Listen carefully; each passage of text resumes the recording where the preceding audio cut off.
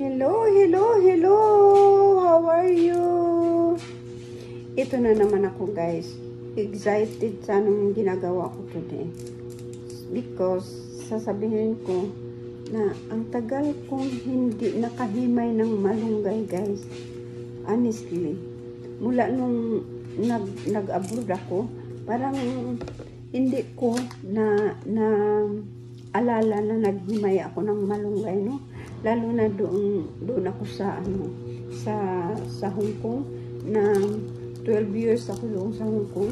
Hindi ko maalala na nagluto ako ng may malunggay.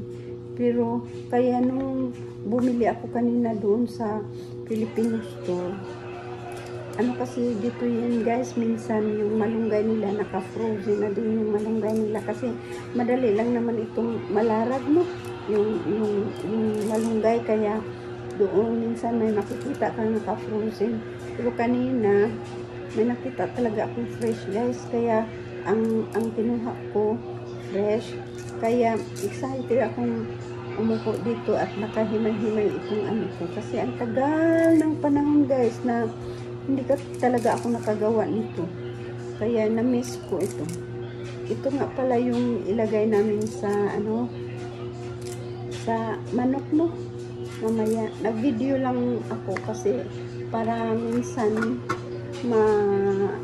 ma-relate or lumalabas kasi yung video kahit matapos na, lalo na sa Facebook, no? Tapos sa YouTube lagi nandyan lang din yung mga video mo, kaya mas gusto ko yung bigyan ng video yung mga ginagawa ko na kahit mga simpleng bagay ba, kasi hindi yan mawawala, nandyan lang palagi yan. Kaya ito, sabi ko, tuwan pag video ang paghimay ko ng malunggay kasi ang tagal na ng panahon guys, 12 years sa Hong Kong, last dito 5 taon na ako, no? Ngayon lang ako nakagawa din ng soup na manok na soup. Lagi kaming prito, lagi kaming yung mga bilis-bilis na luto na na pagkain. Kaya ito, makahigop na lang kami ng sabaw ng tinulang manok tapos may malunggay. Bisayang-bisaya talaga kasi nilagyan ko nga ng kapayas nga, tapos bumili din ako ng yung tanglad ba, ang bango. So ito, maka-experience man lang din kami minsan ng parang totoong nasa Pinas, no? Nakamiss talaga yung natin guys, yung bansang Pilipinas natin. Totoo lang, lalo na pag nandito kayo sa sa ibang bansa, tapos ni halos hindi natin na yung mga native food natin. Kaya ito, pag makagawa kami ng ganito minsan guys na ang sarap-sarap na sa pakiramdam.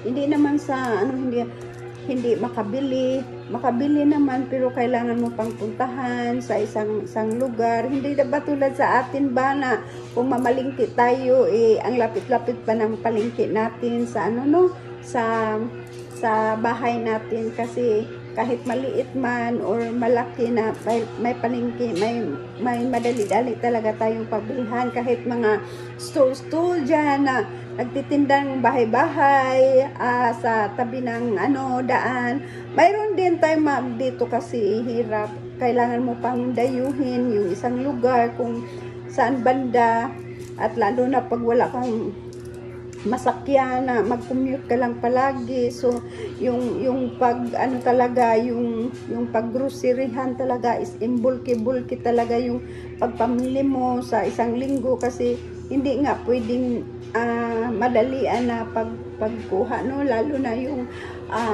may trabaho ka. So dito pag mamalingki, bulky talaga yung pagbili guys. So tapos stock na lang mo sa bahay mo kung man yung para pag gusto mo nang kumain o may luto ka man. Pero pag ganito man ang mga Bisaya na talaga, no, mahirap lutuin, kaya i-enjoy na natin yung mga oras pag makakain na tayo ng ganito. Kaya, maisip ko na pag makahigop na ako ng sabaw, takam-takam. Kaya, thank you for watching! Masaya din kayo para sa akin na makahigop ako ng sabaw sa tinulang manok. Bye! Thank you for watching, everyone.